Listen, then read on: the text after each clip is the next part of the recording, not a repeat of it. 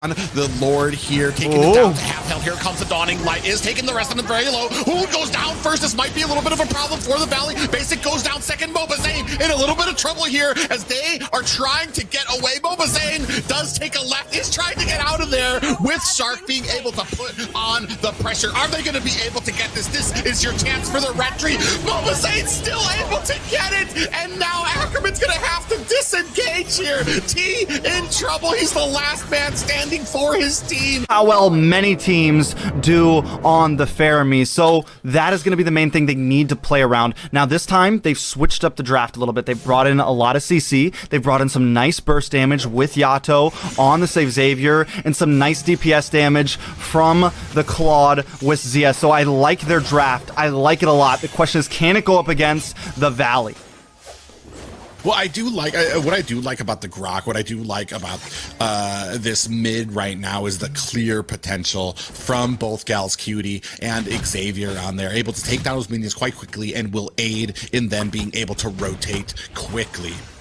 Yeah, and Hoon's already getting some grabs off. He's so good at finding those angles. Yato's gonna need to be careful. Xavier's not the monster that it used to be. He's not as great in the early game. It takes him a bit of time. He's gonna get pulled back here now.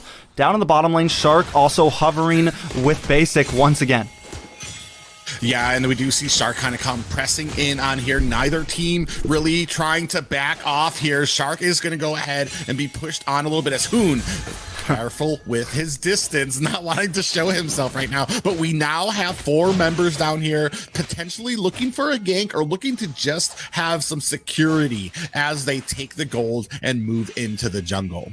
Yeah, and they're keeping up pressure. Zane moving in, but both junglers are going to trade off. This time Zane jungling a little bit faster with this Paquito. Going to have a bit more speed in his rotations than the Akai, I think. But overall, when it comes down to this turtle, the Akai could have the possible answer, right? I mean, depending on how the Cult Altar plays out. Ooh, T in a little bit of trouble here. Does have 3 members to contend with him. We do see that Shadow Stampede is able to pull him back, but he does activate those boots. Fried Chicken coming in for the kill. We see a shield on the T. He is going to be able to use that ult to get away just over that hill, but this is going to go ahead and open up the turtle for Mobazane as he starts on a cushion in a bad position here right now as the rest of the team coming in to push and zone them away. Shark and Chicken doing their job as Ackerman is going to have to disengage, so this is going to be a free turtle for the Valley. I like the fact, though, that Ackerman doesn't even try. They know they're down a member. T's forced to go back to the base. This means Fried Chicken is going to be able to help in the zoning, help in the fight. In a 3v4, you don't want to try for the turtle, even with the heavy spin, even with some of those possibilities, so they decide to back off, get back to the jungle. And at this time, honestly, Ackerman's still up in gold, even after losing that turtle.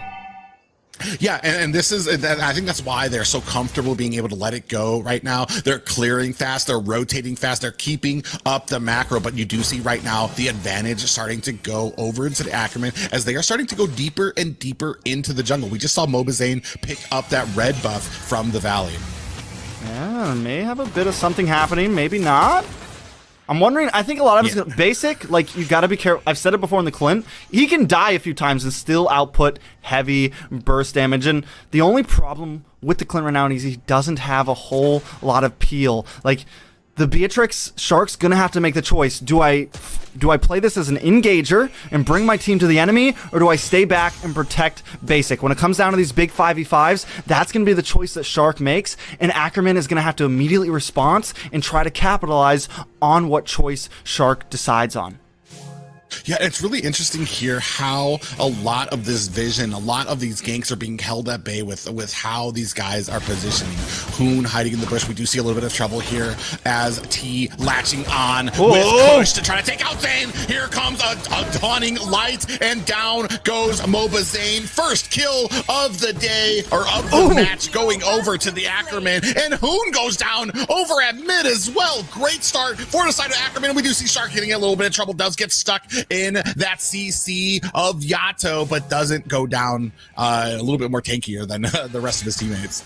Yeah, so Ackerman with the new composition, finding some plays, finding some moments, actually catching Zane off guard. Their next turtle is up, and this time I feel like Ackerman is a bit more prepared for it.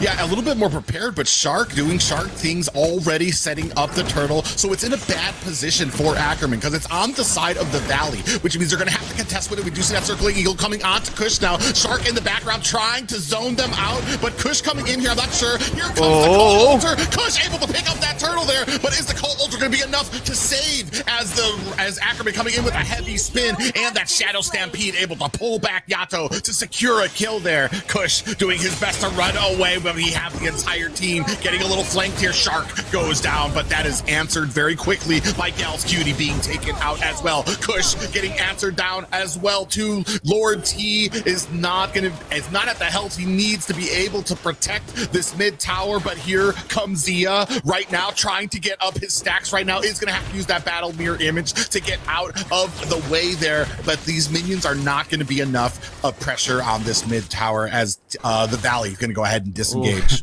Ladies and gentlemen, we have a bloodbath. What a fight that was, back and forth, but overall, we're still at basically a standstill. The gold has been marked even. Zia, I think Zia, if Zia would have rotated up maybe a little bit faster, they could have possibly changed the tides of that. Mobazane, even after taking the death, ready to pack a big punch with the Paquito. Let's take a look at his items. He's locked in the Hunter Strike. Looks like he is going to go for the Malefic Roar next. So after that, if he wanted to, he could honestly start building tanky. Maybe pick up the Athena Shield to deal with Yato, or go something like the Antique Cuirass to deal with Zia. Overall, though, I do feel like, even with the death, at this 6.5 minute mark, they need to be careful for him. Yato and Kush even, but mainly Yato and Zia, they're just prime targets to get one shot. Yeah, I mean, right now T picking up those kills means that Esmeralda is going to be having great potential to be able to kind of like pick off and zone out the rest of the team during these objectives right now. The rotation's starting to come into par. We do see them starting to reset, looking for a tower to take right now as they cut lanes. Yeah, nice pull onto Yato there. And Hoon continuing to harass. That Shadow Stampede is such a pain. I mean, and so that needs to also be a problem. Now, Turtle is up. ACKERMAN does seem to have a position, but look at Zane in this bush. Yeah, he's in prime position now. Does come in here right now. Basic does take down a tower, though. We do see the dawning light coming out. Hoon able to pick up that tower. Here comes the Cold Ultra. The rest of the Valley is now pressing down, but it does look like Hoon a little bit of trouble. He's going to have to expend that flicker to get away. We do lose one, but they answer with two of their own. Zia gets pulled back and killed now, and Kush trying to escape as Shark is on the chase. Kush has nowhere else to go. He's trying and does get taken out from Basic right now, and it is a 7-5 game as the Valley pulling ahead about 2K. Yeah, they've now taken the charge. They found that spike. Hold on, though. ACKERMAN wants to maybe keep on trying this. Yeah, they're trying to get and press their will onto this red buff, but it does get picked up by Gal's Cutie. Here comes the circling eagle onto T, who might be in a little bit of trouble. We do see that Shadow Stampede able to pull him back, and Basic able to finish the job with that Clint and that damage from him. You know, Kush has continued to have a little bit of trouble with that retribution, even in game 2. He finally did secure a turtle in the beginning of this game, but now he's lost it again. And not only has he lost it, Hoon's able to pick it up. And it just seems like all of the Valley are ready for that turtle. It's not just up to the retry. It's like all of them at the same time target lock onto that turtle when it gets low, and somebody normally gets it. It's something they just do such a good job at when it comes to securing that objective. Now, ACKERMAN sitting on the back foot once again. They do have some late game possibilities this time instead of the last game. They still have Zia and Yato who can pack a punch as we move a bit more into the later game. My question is, can they make it to that phase? Hoon looking for a play. Yeah, and it's going to have to happen with some of these objectives. I mean, and that's the problem, is that Kush is getting outplayed when it comes to these objectives. Gals Cutie getting a little bit of a chase now as they are all going to go ahead and press onto this top tower. We're looking for a little bit of a defense from the side of ACKERMAN. They're going to go ahead and push forward. The team of the Valley is going to go ahead and disengage here. So not able to find the opening that they wanted as ACKERMAN with a successful defense though. But it looks like we are going to go ahead, start on this Lord, maybe baiting it a little, playing around. Shark doing his best with Fried Chicken to zone out the rest of ACKERMAN. They are diving really deep into the back lines. This Lord is going to go over to the side of the Valley. Fried Chicken getting heavy spun, but here comes the Cult Altar. The rest of the Valley charging into this tower. There's nothing to stop them as they get the reset, and down goes Azia with a beautiful flicker play by Hoon on that Faramis into the deep into that inhibitor tower. This is a problem. The Fermis is just too much, and the Valley knows it. I mean, every time it looks like ACKERMAN's about to pick someone off, Hoon is there with the Cult Altar. When it looks like Fried Chicken's about to go down, Hoon is there with the Cult Altar. And worst of all, when it looked like Zane's about to go down, Hoon's there with the Cult Altar, and he's able to survive. But wait a second, Chicken will finally go down. But that's where this Paquito has been striving. He's able to just hang out so long and continue to punch, and just do that burst damage in this phase of the game. That's the one thing you don't want. You don't want a Paquito sitting in the middle of all 5 of your members, causing havoc like a bull in a tea shop. Yeah, and unfortunately, I mean, we see how Hoon uses it, and one of the differences of what we've seen with other teams is a lot of people react with the Faramis. They react to the damage. They react to as a defensive unit there, but Hoon uses this Cult Altar offensively, uses it so that his team can we do have a large little wild charge in there, is able to take down Hoon, and now they don't have a Cult Altar. They are now trying to get away. Fried Chicken trying to distract the back line as T trying to charge into base while he is raining down damage onto them. Here comes the falling star moon. Hoon is back though, and he has a Cult Altar now as well. Just that low death time by Hoon. He's able to come back in, and they're not even able to chase. Yeah, that is so rough. The moment he comes back, the tides turn, and that just goes to show how important that Fermis is. It just goes to show how that was a big kind of whiff, and I think they just underestimated it because they knew it was going over, or maybe they thought they were going to pick up the Beatrix or something and they were going to get the Fermis, but right there, I mean, Hoon's down, they're able to get the chase, but the moment he comes back up, which is very fast because of the passive, the tide turns immediately. Yeah, they're not even able to continue on it. And we see all this pressure now going on to the blue here. And Fried Chicken just coming in, trying to enforce his will. Hoon is going to go ahead and use that Shadow Stampede to get away. But there is nothing really stopping the side of the Valley from capturing and grabbing all of this farm here, grabbing these buffs as well. We see the walls coming out. Chicken is not phased by this damage. I mean, he's basically out there to just try to tank abilities before we get into these team fights. Yeah, and this is where I was saying the Uranus, right? Like, the Esmeralda's good and all, but when it comes to just late game, the ability to sit inside of a team, Uranus will end up coming out on top, especially if they're just at an even, let alone at a huge lead. T getting bursted down right there by Basic. This could be a problem for ACKERMAN.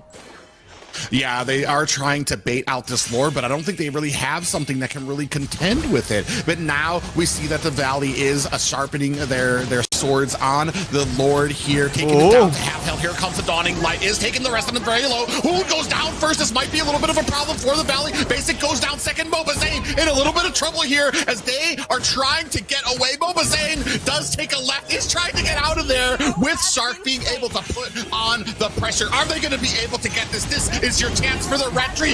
Mobazane's still able to get it, and now ACKERMAN's gonna have to disengage here. T in trouble. He's the last man standing for his team as incoming Hoon ready to put on that Cult Altar. T might be in some trouble. Cult Altar is out. They are chasing down, and T goes down. That is a team wipe in favor of the Valley. It looked so good for a second for ACKERMAN, right? Like, they start sweeping, but the main problem is, like, and this is what makes it even more broken.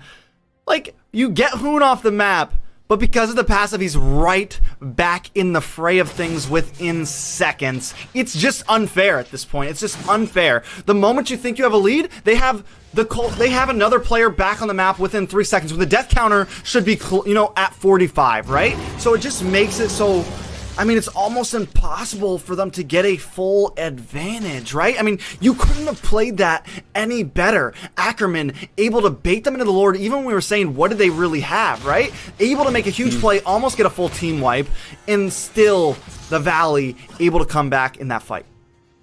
I wish we could see what happened. I want to know what's going on with Kush. I don't think he's missing these retries. I think they're suppressing him. They're stunning him. When it comes time, I would love to see what happened there. But man, I mean, it's right now when it comes to objectives, when it comes to the Lords here, the Valley is basically having their way. It doesn't matter. Like you said, it doesn't matter if they get the advantage. A great fight there. Hoon didn't even have his passive because he hadn't even been up that long, so it took him a little bit of time to get back there. Unfortunately, still, ACKERMAN not able to use that advantage to answer with an objective, and right now they are lining up these waves to come crashing into the core. Not only that, but taking a look at the builds, we have a lot of damage on the side of the Valley. They know they have the advantage here, so they know that they can build a lot more damagey than Tanky. You also have White Chicken, who can just be that wall up front. So Hoon building penetration, the crystal, he's got it all. He's able to burst down with the magic damage. And then you have Zane, who didn't only go for the Malefic Roar, but is now locked in the Bloodlust Axe as well, has the Immortality, so they are just a force to be reckoned with, and that's why T hasn't really been able to zone the way you normally see him. Anytime he goes in alone, he's just getting melted down. Yeah, I mean, and that's the problem when it comes to that. We're trying to zone out the rest of the team. If he goes out too far, he's going to get eaten by the Valley. If he stays too close to his team, he's going to allow the Valley to kind of come in and challenge these objectives. And we already know right now, Kush is having an issue being able to capitalize on this when it comes into a trade for a trade. It does look like we are putting a little bit of pressure onto this mid lane right now. The rest of the Valley trying to clamor up here. Here comes Kush onto the back line. We do see a Shadow Stampede has been activated, but I think this is more, we do see a flank on the back line. We see Gal's Cutie waiting in there with this Grok. Here comes that wild charge. They're trying to take out Basic, goes down first. Here comes the Colt Ultra just a few seconds too late, but are they going to be able to capitalize on it? ACKERMAN, we do see the circling Eagle latching onto Yato, and they are able to take him down right now. Kush going to follow up there shortly. Hoon in a little bit of trouble here. Here comes a Shadow Stampede. Zia with a lot of damage is going to have to use that Battle Mirror Image to get out of there. Here is an Immortality activated for Gal's Cutie as he's trying to get away. It is not going to be able to. Lord T is next up on the chopping block, trying to defend this push. I'm not sure Zia's going to have enough. Going to use that Battle Mirror Image, but this one might be a wrap. He comes in, gets taken out right away by MOBA Zane. And this one is a wrap. Game 2 going over to the more dominant Valley. Wow.